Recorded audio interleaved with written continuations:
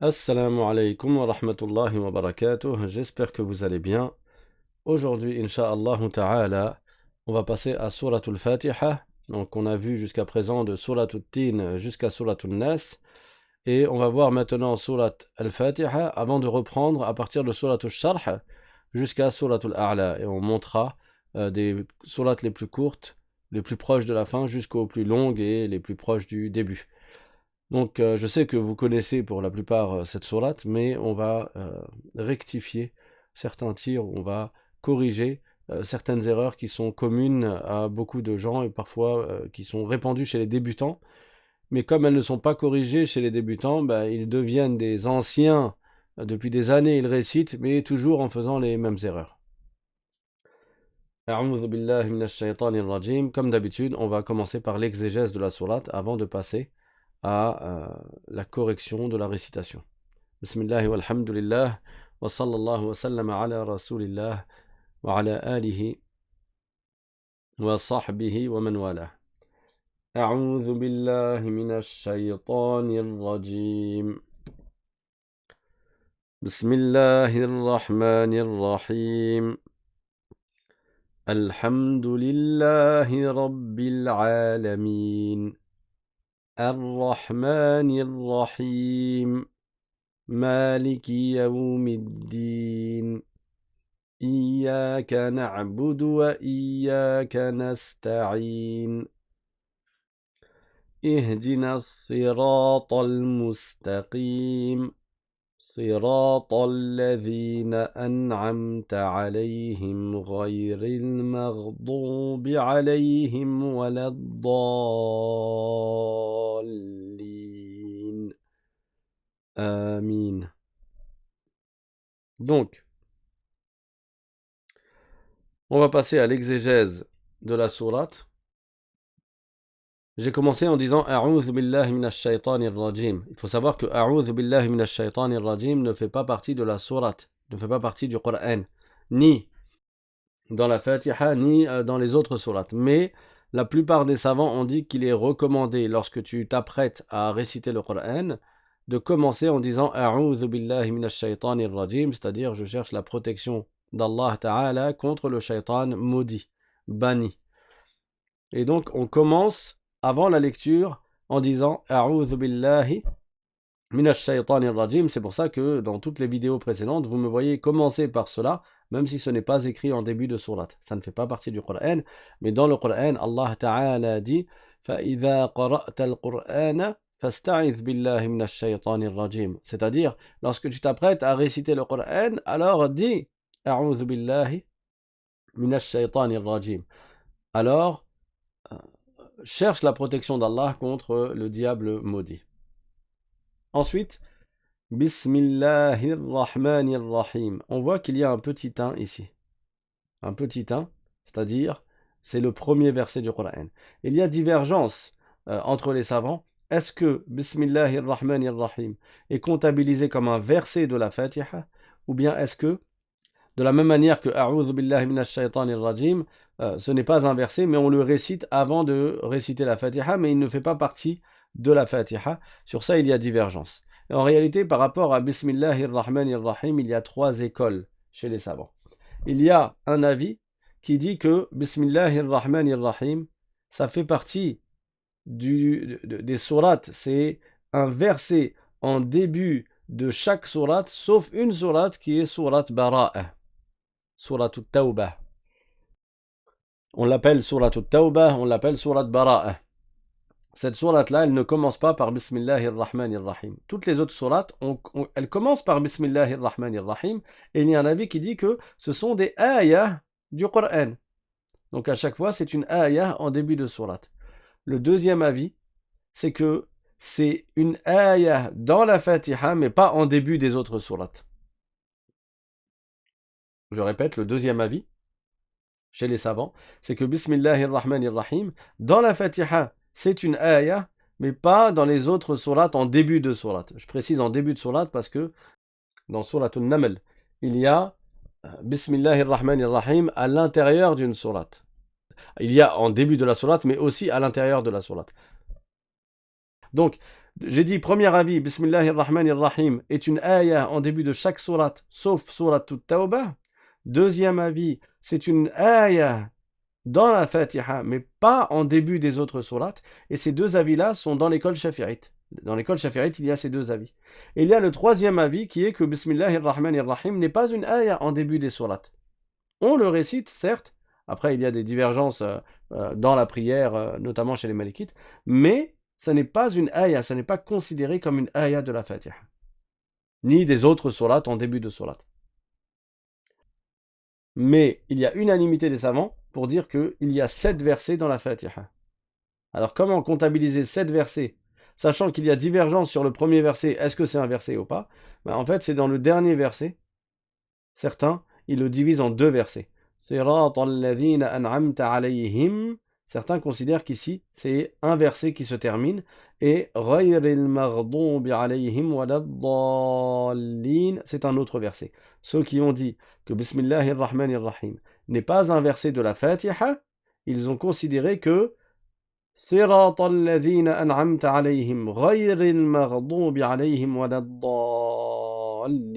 deux versets de la Fatiha. Et on termine en disant Amin. Amin, ça ne fait pas partie du Coran, il y a unanimité là-dessus. Ça ne fait pas partie de la Fatiha, mais c'est sunnah de le dire après avoir récité la Fatiha. Que ce soit en dehors de la prière ou bien dans la prière. C'est sunnah de dire Amin. Et c'est sunnah de le dire pour l'imam et pour le ma'moum. Très bien. On passe à l'explication. Bismillahirrahmanirrahim, ça veut dire Abtadi'u bismillah. Je commence par le nom d'Allah, Ar-Rahman, Ar-Rahim. Donc ce sont 3 noms de Dieu. Allah, qui est le nom suprême d'Allah subhanahu wa ta'ala. Ar-Rahman, ça veut dire qu'Allah ta'ala est miséricordieux dans ce bas monde pour les croyants et les non-croyants. Aux croyants dans l'au-delà. Et Ar-Rahim, ça veut dire qu'Allah est miséricordieux envers les croyants. Ar-Rahman, ça veut dire qu'il est miséricordieux envers les croyants et les non-croyants dans ce bas monde, mais juste avec les croyants dans l'au-delà. Et Ar-Rahim, ça veut dire qu'Allah est miséricordieux envers les croyants. Alhamdulillahi Rabbil Alamin. Ça veut dire la louange est à Allah. Allah Ta'ala, c'est lui qui mérite toutes les louanges. Parce que tout le bien, il vient de lui, c'est-à-dire de sa part. C'est lui qui a créé toute chose. Et donc tout le bien qui nous arrive, c'est de la part d'Allah Ta'ala. C'est pour ça que on se doit de le remercier. Et lorsqu'on dit Alhamdulillah, ça veut dire je remercie Allah pour les bienfaits qu'il a accordés sans qu'il soit obligé de les accorder. Et ces bienfaits-là sont innombrables. Allah dit dans le Coran si vous essayez de dénombrer les bienfaits d'Allah, vous n'y arriverez pas. Alhamdulillah, la louange est à Allah, c'est-à-dire qu'Allah mérite les louanges. Rabbil Alamin, le Seigneur de l'univers. Allah est le Seigneur de toutes choses. Ça veut dire c'est lui qui a créé toutes choses, c'est lui qui possède toutes choses, c'est lui qui gouverne toutes choses, c'est-à-dire que tout a lieu par sa puissance et par sa volonté. Tout a lieu sous la volonté d'Allah et sous sa puissance. Il est le Seigneur de Al-Alamin. Al-Alamin, littéralement, ça donne les mondes. Ça veut dire quoi les mondes? C'est pas dans le sens des mondes parallèles comme la série qui passait sur M6 il y a dans les années 90. Je crois que c'était sur M6. Bref. Rabbil Alamin. Al-Alamin, les mondes, ça veut dire les différents genres de la création. Le monde des anges, le monde des humains, le monde des djinns, le monde des animaux. Allah est le Seigneur de tous les mondes, c'est-à-dire de tous les genres qui existent dans l'univers. Et l'univers, c'est quoi? C'est tout ce qui est autre qu'Allah. Donc c'est tout ce qu'Allah a créé. Donc, la louange est à Allah, le Seigneur de l'univers. Ça montre bien que Allah n'est pas l'univers. Il y a quelqu'un qui a dit Stargate. Non, je ne parlais pas de ça. Donc, que disais-je? Alhamdulillahi Rabbil Alamin. Ça montre, ce verset est une preuve qu'Allah Ta'ala, il n'est pas ce monde, contrairement à ceux qu'on appelle Ahlul Wahdatil Mutlaqa, qui ne sont pas des musulmans, même s'ils se réclament de l'islam. Ils prétendent que toute chose, c'est Dieu. Ils disent l'arbre, c'est Allah, toi, tu es Allah, le mur, c'est Allah, la pierre, c'est Allah. Ils disent que Dieu était un, il est devenu plein. Comme quoi il était un, il s'est divisé, soi-disant, et il est devenu tout le monde, et qu'on serait tous des parties de Dieu. Ça, c'est de la mécréance. Ça, c'est contraire à l'unicité d'Allah Ta'ala. C'est une des pires des mécréances. Il y a quelqu'un qui a dit X-Files. Non, je parlais pas de ça. Voilà, Slider. On voit les connaisseurs des années 90. Donc, que Dieu nous guide et qu'Allah Ta'ala fasse qu'on occupe notre temps par les bonnes choses. Donc, Alhamdulillahi Rabbil Alamin, ça veut dire qu'Allah Ta'ala, ça montre qu'Allah existe et que les mondes existent et qu'Allah n'est pas les mondes, mais Allah est le Seigneur des mondes. Allah est le Créateur des mondes. Allah a la toute-puissance sur toute chose. Allah a la souveraineté sur toute chose. C'est bon pour tout le monde? Alhamdulillahi Rabbil Alamin. La louange est à Allah, le Seigneur de l'univers, ou bien le Seigneur de tous les mondes, c'est-à-dire les humains, les djinns, les anges, les animaux, toute la création qui est visible ou bien qui est invisible pour nous. Ensuite, Ar-Rahman Ar-Rahim. Là, on voit une répétition. Ar-Rahman Ar-Rahim. Pour montrer, pour insister sur l'immensité de la miséricorde d'Allah Ta'ala. Parce que ces deux noms-là, ils indiquent la miséricorde d'Allah. Ar-Rahman, Allah est miséricordieux envers les croyants et les non-croyants dans ce bas monde et envers les croyants dans l'au-delà. Ar-Rahim, Allah est miséricordieux envers les croyants. Et tout ce qu'Allah Ta'ala crée, il le crée selon une sagesse, même quand la sagesse, elle nous échappe. Et Allah Ta'ala est miséricordieux. Donc que l'on se rappelle cela. Maliki Yawmiddin. Maliki Yawmiddin, ça veut dire qu'Allah Ta'ala a la souveraineté sur le jour de Ad-Din, le jour du jugement. Ce jour-là, chacun sera rétribué selon ses actes. Il n'y aura pas un pouvoir autre que la puissance d'Allah et la souveraineté d'Allah Ta'ala. Ce sera fini, les maires, les présidents, les préfets, les rois, les empereurs. Tout ça, c'est fini. Al-mulku yawma idhin lillah. La souveraineté, ce jour-là, elle est à Allah. Ça ne veut pas dire que dans ce bas monde, Allah n'a pas la souveraineté sur toute chose. Mais il y avait plein de souverains. Il y avait plein de gens qui avaient une autorité sur d'autres, qui avaient une souveraineté sur d'autres ou sur des terres. Mais au jour dernier, il n'y a plus rien de tout cela. Il ne reste que la souveraineté d'Allah. Et c'est ça le sens du verset du Coran. Kullu shay'in halikun illa wajhah, comme l'a expliqué l'imam al-Bukhari. Toute chose va être anéantie sauf le wajh. Le wajh ici d'Allah, c'est pas un visage ou une face. Allah ne ressemble pas à ses créatures. Il n'est pas concerné par le fait d'avoir un visage ou une face. Al-Bukhari, dans son sahih, dans l'exégèse de Surat al-Qasas, il a expliqué ce que veut dire le mot wajh ici. Il a dit ay illa mulkah. Toute chose va être anéantie sauf la souveraineté d'Allah. Ça veut dire qu'il n'y aura plus de souverain dans l'au-delà. Au jour dernier, tout le monde sera au même niveau et tout le monde devra rendre des comptes. La seule souveraineté qui reste, c'est la souveraineté d'Allah Ta'ala, qui est la souveraineté sur toute chose et qui est éternelle. Donc, Allah Ta'ala a la souveraineté sur toute chose. Mais ici, il est précisé qu'il a la souveraineté sur le jour dernier, sur le jour du jugement, pour montrer l'importance du jour dernier. Pour montrer la gravité de ce qu'il y aura au jour dernier. Maliki Yawmiddin, il est le maître du jour de la rétribution ou le seigneur du jour dernier, du jour de la rétribution. Iyyaka na'budu wa iyyaka nasta'in. Il y a une shadda ici, il faut bien faire attention, mais on y reviendra, Inch'Allah, quand on corrigera les fautes qui sont répandues. C'est pas Iyyaka. Iyaka. Parfois, tu entends des imams qui disent Iyaka. Sachez que ça change complètement le sens de la phrase et c'est très grave. Mais l'ignorance est propagée. Malheureusement, même des imams, parfois, ne prononcent pas correctement la shadda qui est obligatoire à réciter. Iyaka na'budu wa iyaka nasta'in. C'est-à-dire, c'est toi seul que nous adorons et c'est de toi que nous cherchons le secours, que nous cherchons l'aide.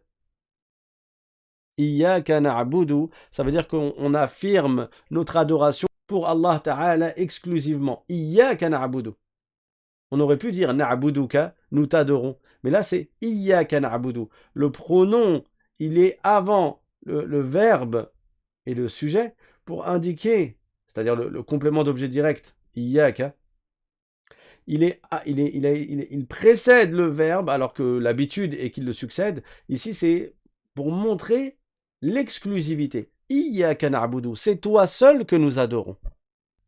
Wa iyyaka nasta'in, et c'est de lui qu'on recherche l'aide, parce que c'est lui le créateur de cette aide-là. Ça ne veut pas dire que tu as fait du shirk si tu demandes de l'aide à quelqu'un, autre qu'Allah. Tu dis à quelqu'un, s'il te plaît, tu peux m'aider à porter la table. On ne dit pas, tu as fait du shirk parce que tu as demandé de l'aide à autre qu'Allah. Non, ça c'est de l'extrémisme. Ça c'est des gens qui n'ont pas compris le sens des versets du Coran. Le sens ici, c'est que l'aide absolue, qui est la création de l'utilité pour nous, ben c'est à Allah qu'on la demande, parce que c'est Allah qui crée toute chose. Et personne ne crée quoi que ce soit si ce n'est Allah Ta'ala, dans le sens de faire surgir les choses du néant à l'existence. C'est ça le sens du verset. C'est toi que nous adorons et c'est de toi que nous cherchons le secours ou l'aide, parce que tu es le créateur de cette aide-là. Ihdina siratal mustaqim. Guide-nous sur le droit chemin. Ça veut dire on demande à Allah Ta'ala qu'il nous montre, qu'il nous facilite et qu'il nous maintienne sur le droit chemin. Même le prophète qui était sur le droit chemin, il récitait cela. Ihdina siratal mustaqim. Ça ne veut pas dire je suis un égaré, oh Allah, et je te demande de m'indiquer le droit chemin. Non, ça veut dire maintiens-moi sur le droit chemin.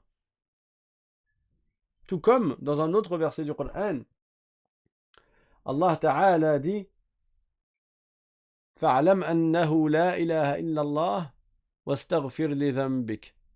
فاعلم أنه لا إله إلا الله. Sache qu'il n'est de Dieu qu'Allah. Mais le prophète, il sait déjà. Ça veut dire reste là-dessus. Maintiens-toi sur cela. Maintiens-toi sur ce savoir et sur cette croyance. Là aussi, Ihdina sirat al-mustaqim. Oh Allah, guide-nous sur le droit chemin. C'est-à-dire montre-nous le droit chemin, facilite-nous le droit chemin et maintiens-nous sur le droit chemin. Celui de la vérité, celui de l'obéissance et celui du salut, celui qui mène au paradis. C'est l'islam. Sirat alladhina an'amta alayhim. C'est le chemin de ceux que tu as comblés de bienfaits. Le chemin des prophètes, le chemin des vertueux, le chemin des saints, les walis, les awliya, le chemin des véridiques. Donc on demande à Allah de nous maintenir sur ce chemin-là, le droit chemin, as-sirat al-mustaqim, le chemin droit. C'est lequel? C'est sirat alladhina an'amta alayhim, le chemin de ceux qu'Allah Ta'ala a comblés de bienfaits. غير المغضوب عليهم ولا الضالين. Et non pas le chemin de ceux contre qui s'est manifestée ta volonté de châtier, ô Allah. Pas le chemin de ceux que tu as voulu châtier parce que tu as voulu pour eux le châtiment. Pas ce chemin-là. On te demande de nous guider sur le droit chemin et pas le chemin des Yahoud et des Nasara. Le chemin des Juifs et des chrétiens, qui eux méritent un châtiment s'ils meurent sur cet état-là. Al-Maghdubi alayhim, beaucoup de gens le traduisent par ceux qui encourent ta colère. Moi, je n'utiliserai pas le mot colère parce que ça peut induire les gens en erreur. Les gens vont comprendre peut-être que Dieu, il se met en colère. Les sentiments, les émotions, c'est propre aux créatures. On n'a pas le droit d'attribuer les émotions et les sentiments, le changement d'humeur à Allah Ta'ala, parce que ça fait partie des attributs des créatures. Alors comme je le répète souvent ces derniers temps, il y a certes dans certains anciens dictionnaires, dans les définitions du mot colère, il y a la colère divine dans le sens du châtiment divin.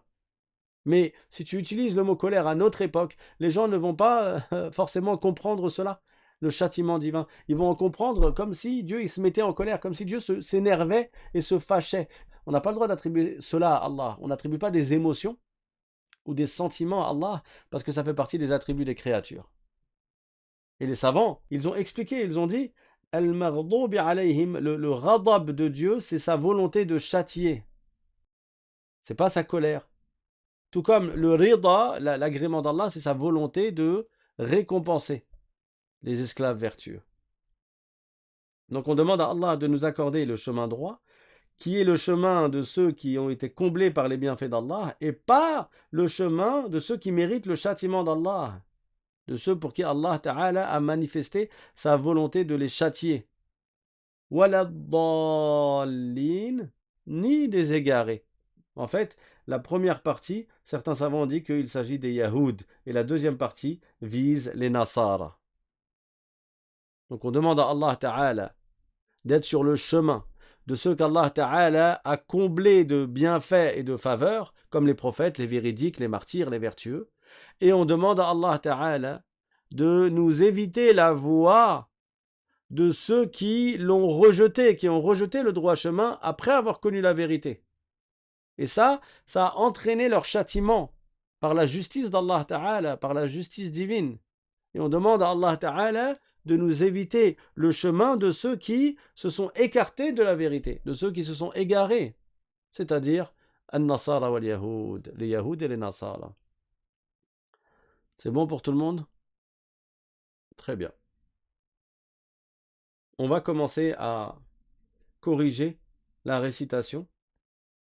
Comme j'ai dit, c'est recommandé de dire Amin. Et après, parfois on dit Sadaqallahu al-Azim. Sadaqallahu al-Azim, on ne le dit pas dans la prière. Il n'a pas été rapporté du prophète sallallahu alayhi wa sallam qui l'aurait dit dans la prière. Mais ça ne veut pas dire que c'est haram de le dire. Même si quelqu'un le dit dans la prière, sa prière n'est pas annulée parce qu'il est en train de louer Allah en disant qu'Allah est véridique et que la parole d'Allah Ta'ala n'est que vérité. Donc il n'y a pas d'annulation de prière si jamais la personne elle dit Sadaqallahu al-Azim dans la prière, mais il n'est pas demandé de dire Sadaqallahu al-Azim dans la prière. En revanche, les savants sont unanimes à dire qu'en dehors de la prière, quand tu termines de réciter le Coran, c'est bien de dire Sadaqallahu al-Azim. Pas forcément la sourate, mais quand tu as fini ta lecture ou ta récitation du Coran, quand tu termines totalement, tu finis en disant Sadaqallahu al-Azim, tout comme tu as commencé en disant A'udhu billahi minash shaitanir rajim. Et il n'y a pas de savant qui a interdit cela, sauf les wahhabites, mais les wahhabites ne sont pas à considérer. Il n'y a que eux qui, comme d'habitude, ils crient à tout va bid'a, bid'a, bid'a, et ils interdisent le fait de dire Sadaqallahu al-Azim. Mais sinon, les savants des 4 écoles, ils sont d'accord et ils trouvent que c'est bien de dire Sadaqallahu al-Azim. Ça montre que tu respectes et que tu approuves et que tu reconnais et témoignes qu'Allah Ta'ala a dit la vérité dans le Coran et que le Coran n'est que la vérité. Tout simplement. Voilà pour ce qui est de Suratul Fatiha. Allez, on va commencer avec la Basmala. Répétez après moi. Bismillahi. Alors évidemment, vous la connaissez déjà et vous vous dites c'est bon, c'est facile, je la connais. Répétez quand même après moi. Comme on a fait avec Suratul Nas, Suratul Falaq, Suratul Ikhlas. Parce que ça permettra de rectifier les probables erreurs. Bismillahi. Bismillahi. Ha. Il faut bien le prononcer. C'est pas Bismillahi. Bismillahi. Bismillahi. Ar-Rahmani. Ar-Rahim. Alors, je viens de me rendre compte qu'il est 19 heures passées. Je pense qu'on va s'arrêter là, finalement, pour aujourd'hui. Et à partir de demain, on verra la correction de la récitation de la sourate, Inch'Allah ta'ala. Barakallahu fikum, on va plutôt s'arrêter là. Wa akhiru da'wana anilhamdulillahi rabbil alamin. Wa sallallahu wa sallam ala sayyidina Muhammad. Wa ala alihi wa sahbihi at-tayyibin at-tahirin. Subhana rabbika rabbil izzati amma yasifun. وسلام على المرسلين والحمد لله رب العالمين. Je rappelle pour ceux qui sont nouveaux parmi vous que vous pouvez vous inscrire pour recevoir les liens des cours quelques minutes avant chaque live par WhatsApp ou bien par Telegram. Il suffit d'envoyer un mail à l'adresse qui est affichée à votre écran, l'islam sans apostrophe point simplement @gmail.com. l'islam.simplement@gmail.com. Barakallahu fikum. Wassalamu alaikum wa rahmatullahi wa barakatuh.